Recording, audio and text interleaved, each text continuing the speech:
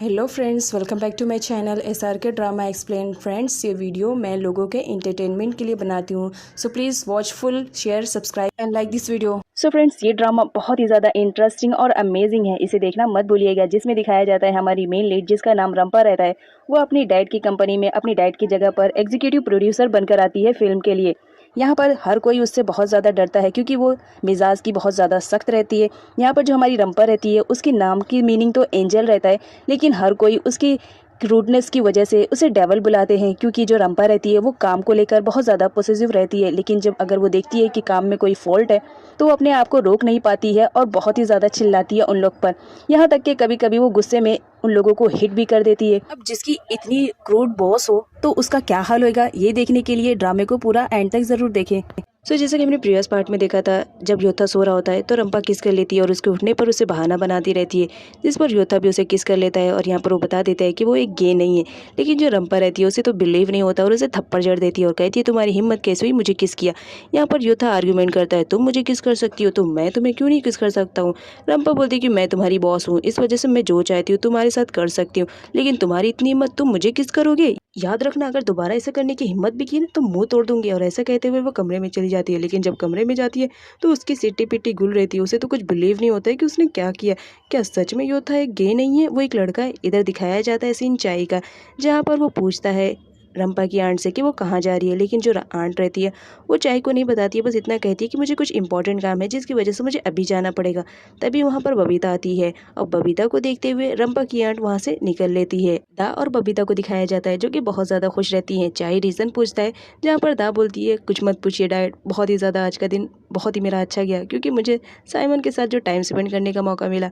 अब यहाँ बबीता को दिखाया जाता है, जो कि बबीता को मालूम रहता है कि चाय का अफेयर चल रहा है रंपा की आंट से। तो यहाँ पर वो फिर भी इग्नोर करते हुए चाय के पास आती है। उससे कहती है कि तुम मुझे परमिशन दे दो कि मैं फिर से कंपनी में जा सकूं, और बहुत ही प्यार से मनाती है, जिस पर चाय बोलते हैं कि ठीक है मैं कुछ करता हूँ। यहाँ पर दिखाया जाता है बबीता ये इस वजह से कर रही थी क्योंकि फ्रैंक ने उसे कहा था कि रंपा की कंपनी में किसी भी तरह उसे वापस जाना है, और इसी तरह ही वो रंपा की कंपनी में जाकर उसकी कंपनी को बर्बाद कर सकती है। इस वजह से बबीता ये सब कर रही थी।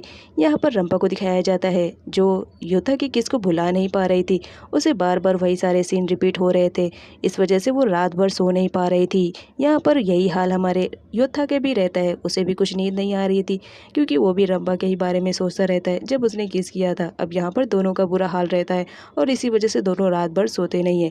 अब नेक्स्ट सीन में रंपा को दिखाया जाता है जो किसी भी तरह हिम्मत जुटाकर योथा के कमरे के पास आती है। वो डोर नॉक करती है तो देखती है कि योथा तो पूरा रेडी शेडी है। अब रंपा अपने आप को स्ट्रॉन्ग बनाते हुए योथा से कहती है, अच्छा हुआ तुम जल्दी से रेडी हो गए हो क्योंकि मुझे कंपनी में जल्दी जाना है, तो जितनी जल्दी हो सके चलो। यहाँ पर योथा मना कर देता है और कहता है कि अब वो उसके साथ काम नहीं करेगा और वो रिजाइन देगा, जिस पर रंपा कहती है देखो अगर कल रात की वजह से तुम रिजाइन दे रहे हो तो इसकी जरूरत नहीं है क्योंकि मैं भूल चुकी हूँ, तुम भी भुला दो तो बेटर रहेगा। जिस पर योथा बोलता है कल रात की बात नहीं है, मुझे बस तुम्हारे साथ काम नहीं करना है, मैं तुम्हें रिजाइन देना चाह रहा हूँ और इस कंपनी में काम नहीं करना चाह रहा हूँ। रंपा को बहुत ज़्यादा बुरा लगता है। वो यहाँ पर बोलती है कि अगर तुमने रिजाइन दिया तो याद रखना मैं तुम्हारी सैलरी भी नहीं दूंगी। योथा इस पर भी खुश रहता है, वो कहता है तुम मेरी सैलरी रख लो, मुझे बस तुम्हारे साथ काम नहीं करना है। ये कहकर योथा वहाँ से चला जाता है। अब नेक्स्ट सीन में रंपा को दिखाया जाता है जो कंपनी में आती है, लेकिन वो योथा को मिस कर रही होती है और उसे याद कर रही होती है कि जब योथा था तो उसके लिए हमेशा फ्लावर लेकर आता था और साथ ही साथ कॉफ़ी भी लेकर आता था। यहाँ पर वो योथा का वेट करती है और जब योथा नहीं आता है तो वो कॉल करती है, जहाँ पर उसकी पिया आती है और उसे कॉफ़ी देती है। योथा को वहाँ ना पाकर रंपा पूछती है कि योथा कहाँ है, जिस पर वो बताती है कि योथा आया है लेकिन वो अपने कैबिन में है और आ नहीं रहा है, मुझे नहीं मालूम, मैंने उससे कहा भी था कि आपकी कॉफ़ी का टाइम हो गया। जिस पर वो बाहर निकलने जाती है योथा से बात करने के लिए, लेकिन वो दा से टकरा जाती है और रंपा की पूरी कॉफ़ी गिर जाती है। यहाँ पर वो दा पे बहुत ज़्यादा चिल्लाती है। उसी वक्त योथा आता है। यहाँ पर रंपा पूछती है कि ये सब क्या है, जहाँ पर योथा बताता है कि ये हमें फिरोज को देना है, हमारे कंपनी के ऑर्डर्स हैं। तो यहाँ पर जो हमारी रंपा रहती है वो बोलती है हाँ मैंने ही ऑर्डर किया था। यहाँ पर योथा बोलता है कि बस कुछ काम अधूरे रह गए हैं जिसकी वजह से मैं यहाँ पर आया हूँ। यहाँ पर रंपा को योथा से बात करने रहता है तो वो दा को बोलती है कि ये बुके और ये फ्लावर्स तुम ले जाके फिरोज को दे दो। दा तो मना करती है लेकिन जबरदस्ती उसे जाना पड़ता है क्योंकि रंपा ने ऑर्डर दिया था। अब नेक्स्ट सीन में दा को दिखाया जाता है जो फ्लावर्स लेकर फिरोज के पास पहुंच चुकी थी, लेकिन उससे पहले वहां पर अलीदा और उसका पीए पहुंच चुका था। यहाँ पर वो फिरोज से मिलने के लिए कहते हैं, लेकिन जो फिरोज की सेक्रेटरी रहती है वो मिलने से मना करती है। अलीदा ज़बरदस्ती घुस जाती है और कहती है कि मैं बस तुम्हारे सर की बहुत ही इंपॉर्टेंट गेस्ट हूँ, मुझे जाने दो। लेकिन जब वो अंदर जाती है तो सीन को कुछ और रहता है। फिरोज किसी और लड़की में इंटरेस्टेड रहता है और उसी के साथ ही वो टाइम स्पेंड कर रहा था।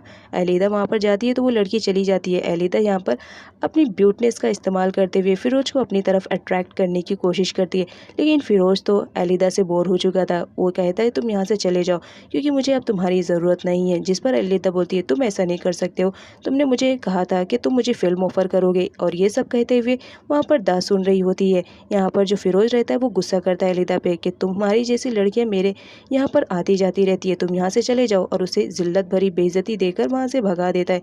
अब जब अलीदा बाहर निकलती है तो लोग उसके बारे में बातें करते हैं, यहाँ तक कि भी दा भी देख के हंस लेती है उस पर, लेकिन अलीदा दा को नहीं देख पाती है। अब नेक्स्ट सीन में यहाँ पर हमारी रंपा को दिखाया जाता है जो सारे लोगों के साथ मीटिंग कर रही थी, बट वहाँ पर योद्धा नहीं था, इसकी कमी तो उसे खल ही रही थी। यहाँ पर वो योद्धा के बारे में सोच ही रही थी। सारे लोग तो डिस्कशन कर रहे थे प्रोजेक्ट के रिलेटेड, लेकिन जो हमारी रंपा रहती है वो तो कहीं और खोई हुई रहती है। वो यहाँ पर वो योद्धा को मैसेज के थ्रू बात करती है और उसे ऑफिस में बुलाती है, लेकिन जो हमारा योद्धा रहता है वो ऑफिस में आता है लेकिन अपने ही कैबिन में चला जाता है। इस पर रंपा बहुत ज़्यादा गुस्सा करती है और उसके पास जाती है और कहती है तुम्हारी हिम्मत कैसे हुई, तुम पहले लड़के हो जो मुझे इतना ज़्यादा इग्नोर कर रहे हो और इरिटेट भी, आखिर तुम चाहते क्या हो। यहाँ पर वो बात ही कर रही थी।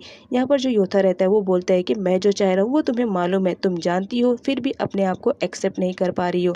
यहाँ पर योद्धा उसे ज़बरदस्ती किस कर लेता है, जिस पर रंपा उसे एक थप्पड़ जड़ देती है, तो दोबारा उसे योद्धा किस करता है और रंपा थप्पड़ पे थप्पड़ जड़ती जाती है और योद्धा किस पे किस करते जाता है। यहाँ पर योद्धा बोलता है कि देखा मैं तुम्हें चाह रहा हूँ लेकिन तुम हो कि मेरी फीलिंग को समझ ही नहीं रही हो। जिस पर रंपा बोलती है तुम हो कौन, तुम मेरे सेक्रेटरी हो, यहाँ से निकल जाओ और आइंदा यहाँ पर अपनी शक्ल मत दिखाना। जिसकी वजह से योद्धा वहाँ से चला जाता है। योद्धा को जाते हुए रंपा जब देखती है तो वो भी हट होती है। अब नेक्स्ट सीन में योद्धा को दिखाया जाता है जो कंपनी से बाहर निकलता है, तभी किसी अननोन पर्सन का कॉल आता है और वो कहता है कि तुमने मेरा काम अभी तक किया क्यों नहीं। जिस पर योद्धा बोलता है कि मैं तुम्हारा काम अब और नहीं करूंगा, मैं रंपा के खिलाफ और तुम्हें कोई भी साजिश रचने नहीं दूंगा, तुम्हारे लिए यही बेटर होगा कि रंपा से दूर रहो। ये कहकर वो फोन को कट कर देता है। अब नेक्स्ट सीन में यहाँ पर फ्रैंक को दिखाया जाता है जो रंपा के खिलाफ साजिशें बनाता रहता है और किसी से बात करता है और कहता है कि तुम मेरा काम अगर करोगे तो मैं तुम्हें बड़ा अमाउंट दूंगा। इधर दिखाया जाता है हमारी रंपा को जो कि अपने घर आती है तो देखती है कि योद्धा तो वहाँ पर रहता ही नहीं है, क्योंकि योद्धा अपना सामान लेकर वहाँ से जा चुका था। रंपा कॉल करती है लेकिन कोई भी कॉल रिसीव नहीं करता है। तभी उसी वक्त उसकी पीए कॉल करती है और उसे टीवी ऑन करने के लिए कहती है, जहाँ पर दा और साइमन के रिलेटेड ब्रेकिंग न्यूज़ चलती रहती है। ये न्यूज़ देखने के बाद रंपा बहुत ज़्यादा गुस्सा करती है दा पे और अपने डैड के पास कॉल करती है और बताती है कि न्यूज़ देखो। जहाँ पर चाय भी न्यूज़ देखता है, यहाँ पर रंपा बोलती है कि अब तो तुम अपनी बेटी की करतूतों को देख लिए हो तो ज़रा उसे कंट्रोल में करने की कोशिश करो, अदरवाइज़ ये हमारी कंपनी पे बहुत ज़्यादा इफेक्ट पड़ेगा। यहाँ पर रंपा अपनी डैड की बात ना सुनते हुए सिर्फ अपना कहते जाती है। यहाँ पर चाय को दिखाया जाता है उसकी तबीयत बहुत ज़्यादा ख़राब हो जाती है, वो मेडिसिन लेता है। अब नेक्स्ट सीन में रंपा को दिखाया जाता है जो शूटिंग के लिए एक लोकेशन पर आई हुई रहती है, जहाँ पर मीडिया तो पहले से ही आई हुई रहती है। वहाँ पर दा और साइमन के रिलेटेड वो लोग बात करते रहते हैं, लेकिन रंपा कहती है कि मेरे पास वक्त नहीं है, मुझे अभी शूटिंग के लिए जाना है। यहाँ पर साइमन अपने बारे में सफाइयाँ देता है कि वो रंपा को समझा सके कि उसका और दा का अफेयर नहीं चल रहा है। जिस पर रंपा बोलती है तुम्हें एक्सप्लेनेशन देने की जरूरत नहीं है, मैं जान रही हूँ सिचुएशन क्या है, तुम गलत नहीं हो। अब जब यहाँ साइमन देखता है कि रंपा उस पर इतना ज़्यादा ट्रस्ट कर रही है तो वो उससे और ज़्यादा प्यार करने लगता है और सोचता है कि मैं तो तुम्हें अपनी ब्राइड बना के रहूँगा।